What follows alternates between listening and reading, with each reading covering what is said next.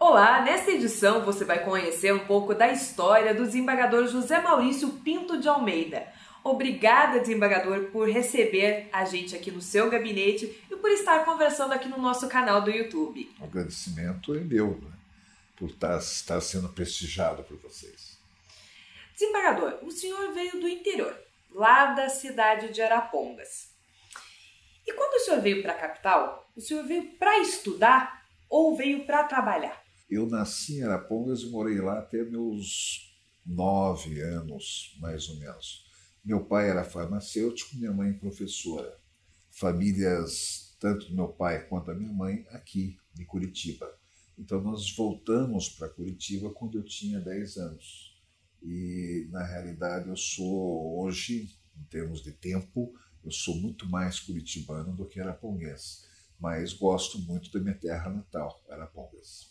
Então a vinda veio com a família. Com a família. E vieram a trabalho à época, desembargador? Meu pai comprou aqui, instalou uma farmácia no edifício Asa e trouxe a família. Eu passei a estudar, terminei meu curso primário no Instituto de Educação, depois fiz o ginásio no Colégio Estadual do Paraná e assim foi. Desembargador, e o senhor, quando criança, já imaginava, já se identificava com a profissão ou com a área do direito, ou isso foi acontecendo no decorrer dos estudos? Foi acontecendo com o tempo. Naturalmente que todos nós temos uma vocação, e essa vocação você percebe com o tempo. Eu cheguei a pensar em ser médico, porque meu pai era farmacêutico, eu tinha uns conhecidos, ou melhor, meus pais tinham alguns conhecidos médicos, eu gostava assim do que o médico fazia, mas não, na minha adolescência eu já comecei a despertar mais para a arte, comecei a gostar de escrever, fazia jornalzinho do Colégio Estadual do Paraná, fazia música, participei de festivais e, em suma, a minha tendência era ciências humanas. E dentro das ciências humanas eu fiz um teste vocacional, lá com os meus 17 anos, 16, e veja que coincidência, 2 resultados. Medicina, psiquiatria. E o segundo, magistratura. Na época, magistratura não me passava ainda pela cabeça. Mas com o tempo, eu tive esta vocação mais apurada e, no momento de escolher o meu curso definitivo, numa fase de vida pela qual passei, eu optei pelo curso de Direito e fui muito feliz com ele. Mas entrei na faculdade já pensando em ser juiz. Desembargador, após formado, qual foi o seu primeiro emprego? Ou, antes, o senhor até me contou, nos bastidores, o senhor já estava trabalhando durante a faculdade. Na Faculdade de Direito de Curitiba, durante a faculdade, já no primeiro período, eu fiz um concurso para o Banco do Estado do Paraná. Era um concurso estadual. Como eu estava preparado já para o vestibular, já tinha estudado bastante, eu fui classificado, a minha classificação foi a 16ª, e aí eu pude escolher um departamento. E acabei trabalhando na inspetoria, eu tinha meus 20 anos, quase 21, e depois eu trabalhei no jurídico do Banestado. Consegui uma transferência, não como advogado, eu era escriturário auxiliar. E quando me formei, e aí eu respondo à sua pergunta, quando eu me formei, eu continuei trabalhando no Banestado, na parte jurídica. Eu tinha uma esperança de ser advogado do banco, e naquela época o meu horário bancário é 6 horas, eu também me associei a um colega de faculdade e começamos a advogar por pouco tempo. Tanto que eu me formei em 80 e em janeiro de 1982 eu fui convidado pelo desembargador Ronald Ascioli para exercer um cargo em comissão, que foi o primeiro cargo em comissão dos gabinetes dos desembargadores, criado pelo desembargador Eliento Camargo, que foi o cargo de secretário jurídico de desembargador. E como certa feita eu havia comentado com o desembargador Ronald Ascioli que a minha intenção era fazer concurso para juiz, e realmente eu já estava estudando para o concurso de juiz, ele achou que eu teria o perfil para assessorá-lo, sendo um jovem. Ele traçou um perfil. Quem conheceu o desembargador Ronald Ascioli, um homem muito formal, muito sério, e, aliás, eu me orgulho muito de ter sido assessor dele. E foi daí, em 82, em outubro de 83, eu comecei a prestar concurso, e o meu concurso concluiu, a fase oral foi em junho de 84, foi quando eu fui aprovado. E como foi receber esse resultado, desembargador? O senhor lembra qual foi a sensação da aprovação no concurso da magistratura? Qual foi a primeira pessoa que o senhor ligou? Quem o senhor conversou naquele momento?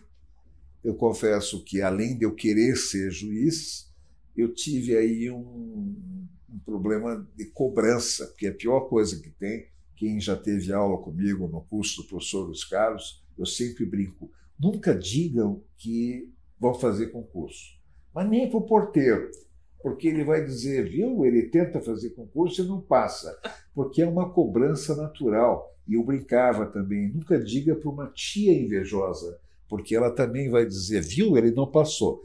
No meu caso, eu queria estava estudando muito, mas eu já lecionava. Eu já dava aula na Faculdade de Direito de Curitiba. Antes, eu comecei a dar aula em 81, em agosto de 81. Então, eu me sentia, além de eu querer, eu me sentia tenso, e eu chegava, os resultados das fases eram publicados, os alunos diziam, aí, professor, o senhor vai passar entre os primeiros. Aquilo me dava uma sensação, assim, o famoso frio, né, na barriga. Bem, você me perguntou a minha sensação.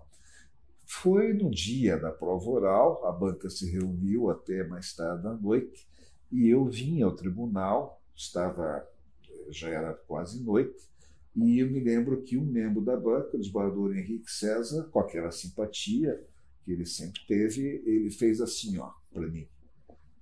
Então aquilo já me deixou feliz, né?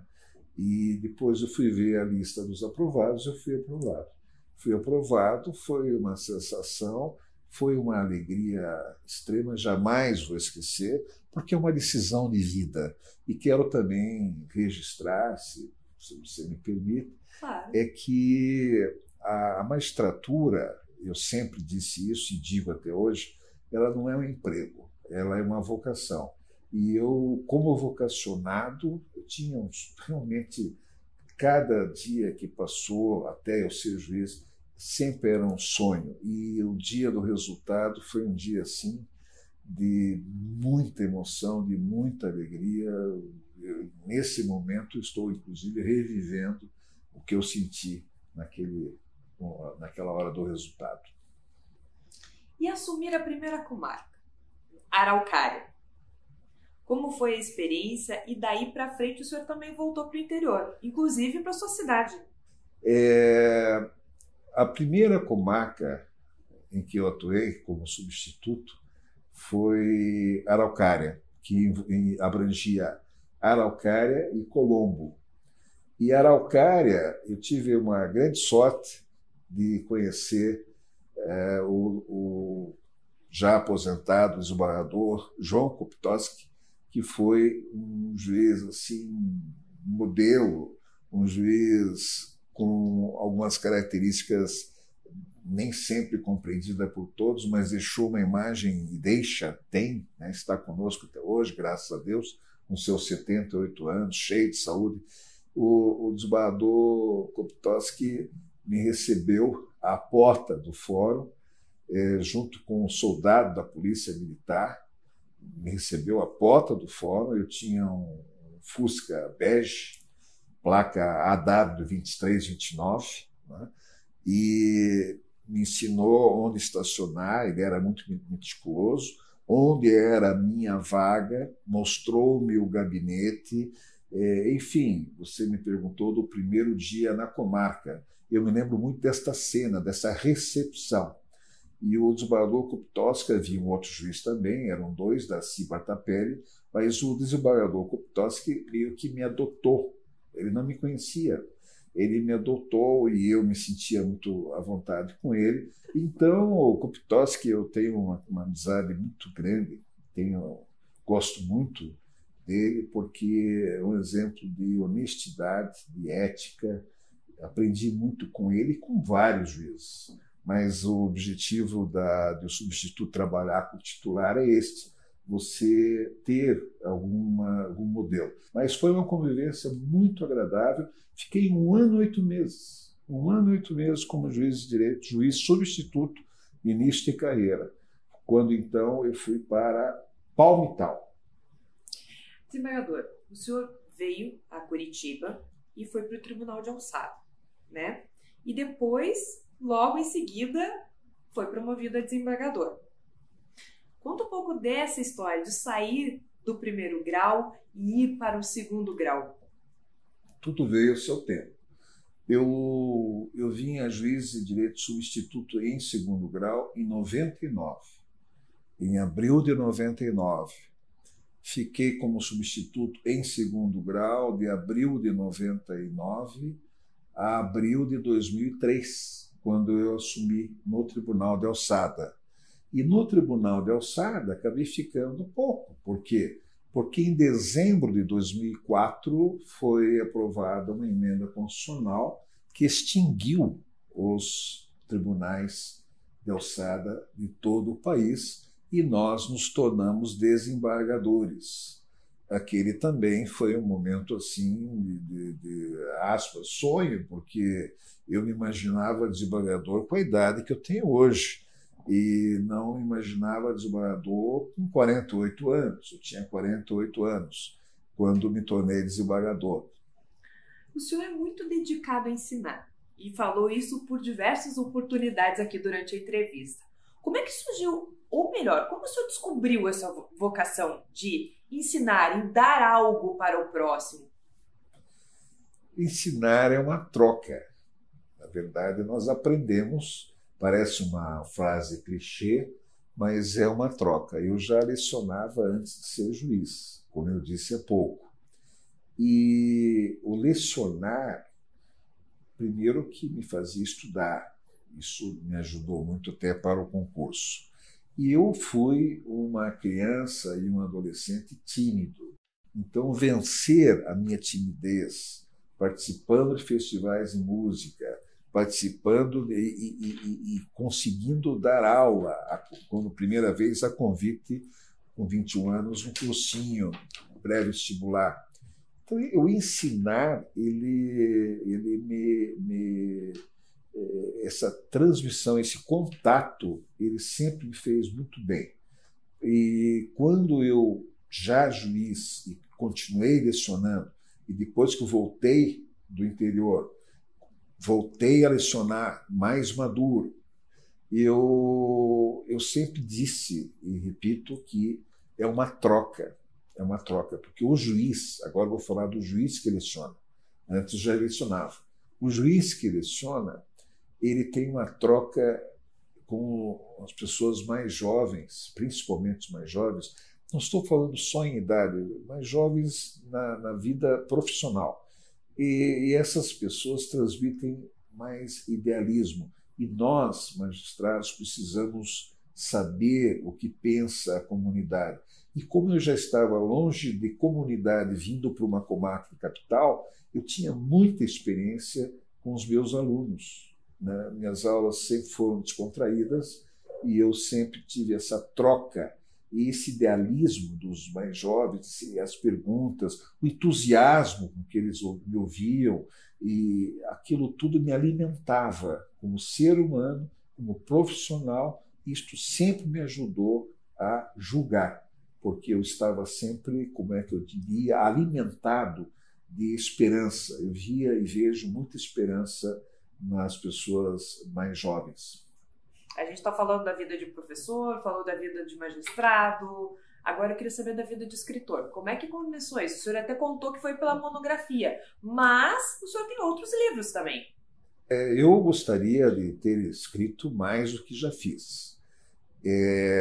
Mas nós escrevemos votos, acórdãos, mas gostaria de ter escrito.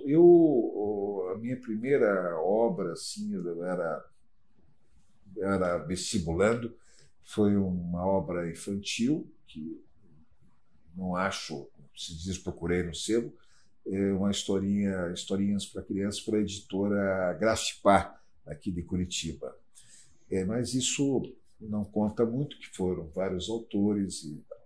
E depois, na Faculdade de Direito Curitiba, eu publiquei um livro em coautoria com a professora Maria da Glória Colucci, em 1990, Lições de Teoria Geral do Processo. Foi um livro adotado por muitos anos na disciplina Teoria Geral do Processo, da faculdade. Então, essa foi o primeiro livro. O segundo livro foi O Poder Judiciário Brasileiro e Sua Organização, fruto da minha monografia. Esse livro também, eu não sabia que ele faria tanto sucesso, mas o editor, que é o professor Hernani, da Juruá, ele me disse: olha, ninguém nunca escreveu só sobre o Poder Judiciário Brasileiro e sua organização, história, etc. Então, esse livro aqui era fininho. Ele vai editorialmente fazer sucesso, e fez. E a terceira obra foi sobre a formação de magistrados. Eu coordenei, junto com uma professora universitária da Faculdade de Curitiba, a professora Márcia Leardini, um livro em homenagem ao professor Egas Muniz Aragão, onde nós reunimos grandes autores, Vladimir Passos de Freitas, Teresa Alvim, vários, José Renato Nalini, vários, sobre formação de magistrados, que é um tema que eu acho apaixonante. Desembargador, falando agora um pouco de coisas amenas, gostosas de ouvir, por exemplo, música, sei que o senhor gosta bastante, artes. Como é que isso começou na sua vida? Bem, eu morava em Arapongas, tinha 6 anos de idade. O meu irmão é 2 anos mais velho que eu, e na época era moda tocar acordeon. Então, meu irmão tocava acordeon e a música começou a estar em mim a partir daquele instante. Mas, para variar um pouco, meu irmão estudava acordeon e eu passei a estudar piano. Em Arapongas, ainda com 6 anos de idade, eu ia para a aula de piano. Eu não tinha piano em casa, então eu ia para a aula e ia estudar na casa da professora. Então começou aí um pouco a minha ideia para música. E dali eu passei a compor.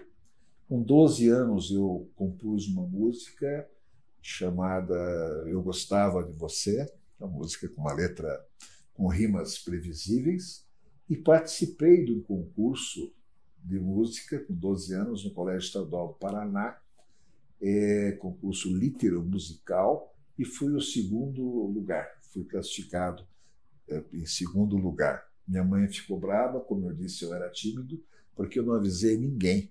Eu só levei um amigo para assistir a apresentação nesse festival. E, respondendo a sequência, né, dali eu passei a ser menos tímido, cheguei a cantar na televisão, tinha um programa aqui em Curitiba chamado Gurilândia, no Canal 12. E, com 16 anos, fiz música para o Festival Nacional de Arte Colegial. A música se chama O Autor, e fui o primeiro classificado. E, com o tempo, agora eu toco piano de ouvido, já pude comprar um piano, comprei um piano em 2000 com meu 13º, comprei um piano, já não toco de ouvido, piano, e toco violão de ouvido, mas já não tenho a dedicação que gostaria de ter pela arte. Para a gente finalizar, desembargador, o que move o senhor? O que me traz ao tribunal hoje, e já há muito tempo, mas mais agora, em razão da Câmara onde eu trabalho, é o idealismo. O idealismo e a ética. Eu quero crer que nós vivemos no Brasil um momento de crise ética e eu tenho assim muita satisfação de ter conhecido pessoas éticas na minha vida. Eu cito o desembargador Rono Ascioli, eu cito, suspeito, lógico, eu cito os meus pais, eu cito várias, me lembro de várias pessoas que foram responsáveis por esta formação de saber se comportar. Eu acho que a imparcialidade, o idealismo é que me move. Eu continuo sendo idealista. Quero agradecer a participação do desembargador José Maurício Pinto de Almeida, que esteve aqui nessa edição do História do Judiciário, conversando comigo e com você no canal do YouTube. Obrigada, desembargador. Eu é que agradeço. Muito obrigado. Até uma próxima edição.